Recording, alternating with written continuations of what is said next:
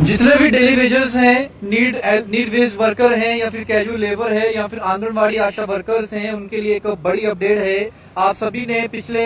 10-12 दिन पहले एक खबर सुनी थी जिसमें ये कहा गया था कि सरकार जो है उसने एक ऑर्डर निकाला है जो सिविल सेक्रेटरी जम्मू श्रीनगर की तरफ से लेबर एम्प्लॉयमेंट डिपार्टमेंट ने निकाला था, जिसमें उन्होंने ये कहा था कि हम जो है 15 दिन का समय दे रहे हैं, जिसमें डाटा चाहिए तमाम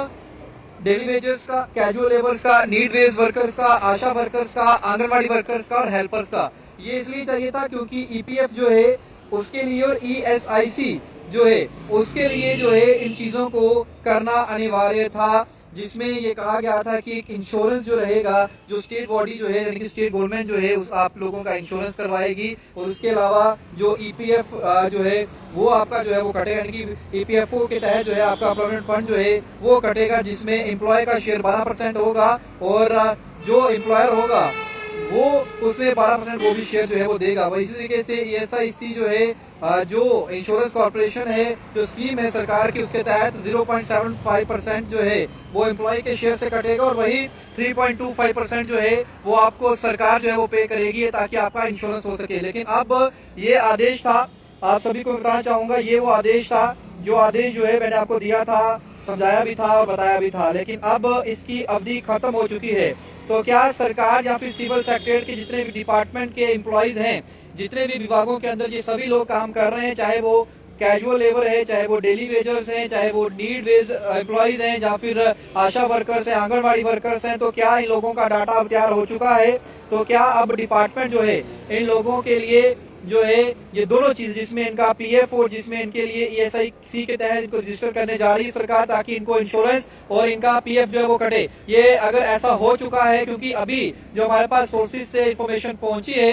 कि इस ऑर्डर पर काम चल रहा है और ये अंतिम पड़ाव पर है और जल्द ही जो है यानी कि ये रिपोर्ट एक जो है वो जल्द ही विभाग को सौंप दी जाएगी। डिले हुआ इसमें क्योंकि जो बीच में थोड़ा सा भारत पाकिस्तान का तनाव आया, उसके चलते थोड़ा सा डिले हुआ, लेकिन अब जो बड़ी खबर आ रही है कि विभाग फिर से जो है अल्टीमेटम दे चुका है और कह चुका है कि आप जल्द से जो है लोगों के डाटा जो है वो वेरीफाई करिए। देखिए अब सभी लोग जो थे वो शेल्टर होम से जो लोग बैठे हुए थे या फिर जो शेलिंग से नुकसान हुआ है भारत के अंदर, उन सभी चीजों को जो है वो आंकलन करने के लिए सभी जितने भी ऑफिसर थे अलग अलग विभागों के, उन्हें ग्राउंड पर भेजा गया था, फील्ड पर, वो दफ्तरों से निकलकर बाहर थे और अब जो खबर आ रही है कि उन्हें फिर से इसी काम पर लगा दिया गया है और जल्द जो है आप लोगों को कोई बढ़िया अपडेट जो है वो मिल सकती है। तो जितने भी सरकारी डिपार्टमेंट्स के अंदर डेली वेजर्स हैं, कैजुअल लेबर है, नीड वेज वर्कर्स हैं, आशा वर्कर्स हैं, आंगनबाड़ी वर्कर्स हैं और ये सभी एम्प्लॉय परमानेंट फंड ऑर्गेनाइजेशन के अंतर्गत आएंगे, एम्प्लॉय स्टेट इंश्योरेंस कॉर्पोरेशन के अंतर्गत आएंगे और इन सभी को जो है इन दोनों चीजों का बेनिफिट मिलेगा। जो आदेश मेरे पास है इसके नीचे आप साफ तौर पे देख सकते हैं, लिखा हुआ है अंडर सेक्रेटरी गवर्नमेंट है और इसमें देखिए daily wager workers, casual labours, need wage workers, ASHA workers, anganwadi workers, helpers, ये तमाम चीजें हैं। और ये 7/4/2025 का आदेश था। इसका जो समय दिया गया था वो 15 से 20 दिन का था और वो फिलहाल समाप्त हो चुका है, लेकिन बीच में जो तनाव आ गया भारत पाकिस्तान के बीच में, जिस तरीके से जो कॉन्फ्लिक्ट हुई, जो पहलगाम में मैसेकर हुआ, उसके बाद थोड़ा सा ये डिले हुआ, लेकिन अब जो जानकारी मिल रही है कि इस आदेश का पालन जल्द से जल्द होगा और तमाम लोगों का डाटा जो है सरकार तक पहुंचा दिया जाएगा ताकि इन लोगों के लिए सरकार कोई बड़ा फैसला जो है वो ले सके और इन्हें ईपीएफओ के अंदर भी डाला जाता है जिसमें इनका प्रोविडेंट फंड कटेगा और जिसमें ईएसआईसी के तहत लाया जाता है, इसमें इनको इंश्योरेंस मिलेगा। तो एक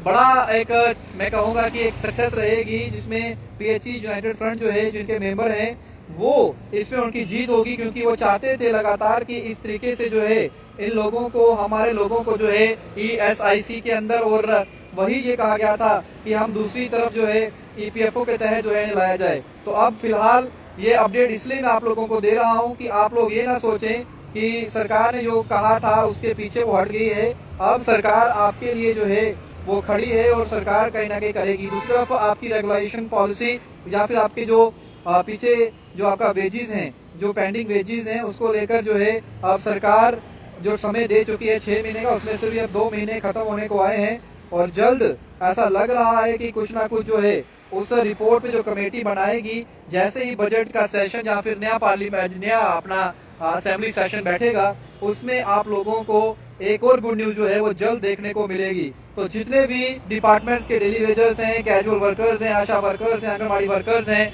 एंड सब के लिए एक राहत की खबर हो सकती है अगर ये डाटा आप सरकार पहुंचा देती है, डिपार्टमेंट्स जो है सरकार तक पहुंचा देती हैं, सिविल सेक्रेटरी तक, और आने वाले दिनों में इन्हें अगर ईपीएफओ और ईएसआई के दायरे में लाया जाता है तो ये एक बड़ा वेलकमिंग स्टेप होगा जो सरकार जो है आप लोगों के लिए लेगी। फिलहाल अगर आप भी डेली वेजर हैं, अगर आप भी कैजुअल लेबर हैं, आप भी नीड बेस्ड एम्प्लॉय हैं, या फिर आप भी डेली रेटेड वर्कर हैं, या फिर आप आशा वर्कर हैं, आंगनबाड़ी वर्कर हैं, तो आप इस वीडियो के कमेंट सेक्शन में जरूर लिखिएगा क्या आप सहमत हैं अगर आपको ईएसआईसी के दायरे के अंदर या फिर ईपीएफओ के तहत आपका पीएफ जो है यानी परमानेंट फंड जो है आपका कटे और आप जब रिटायर हो तो आपके पास भी कुछ ना कुछ हो। तो क्या लगता है आपको इस फैसले से? राय कमेंट सेक्शन में रखिएगा, वीडियो जैसा शेयर करिएगा। बाकी बड़ी अगर आपको वीडियो अच्छी लगी तो वीडियो को लाइक करें और शेयर करें और चैनल को सब्सक्राइब करना ना भूलें। कमेंट करके ज़रूर बताना कि आपको वीडियो कैसी लगी। मिलते हैं किसी नेक्स्ट वीडियो में, तब तक के लिए अल्लाह हाफिज़।